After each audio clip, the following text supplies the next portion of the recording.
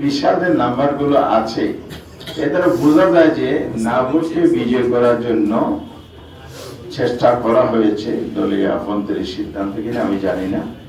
এই যে চেষ্টাগুলো হয়েছে এটা রিফ্লেকশনও কিন্তু আছে, মোটিভেশন করা হয়েছে, এটা রিফ্লেকশন আছে। ভোটের ক্যাম্পেইন এর ভিডিও আমাদের কাছে আছে। ভোট চাওয়ার কাছে মার্কার, দলের মার্কার ভোট বলার পরে আবার চাচি আরেকটা না ভোট দিয়ে, এই বিষয়গুলো কিন্তু আছে। এগুলো থেকে তো সংখ্যা আসাটাই স্বাভাবিক। এখন যে হ্যাঁ যুক্ত হয়েছে, তাহলে আমি চাইবো আমার দলীয় স্ট্যান্ড ছিল কি সেই অনুযায়ী করার জন্য। যেহেতু আমি মেজরিটি পেয়েছি, এটা ইম্পোজ করার জন্য আমার একটা চেষ্টা থাকতে পারে।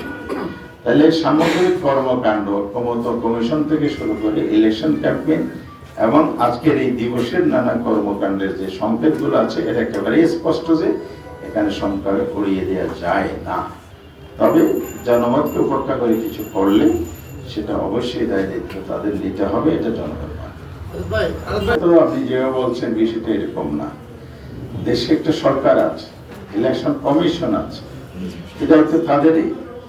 ইলেকশনে ইঞ্জিনিয়ারিং হবে, এটা আমরা বারবার বলেছি। লেভেল প্লেইং ফিল্ডের জন্য আমরা কি আন্দোলন করিনি 5 দফা?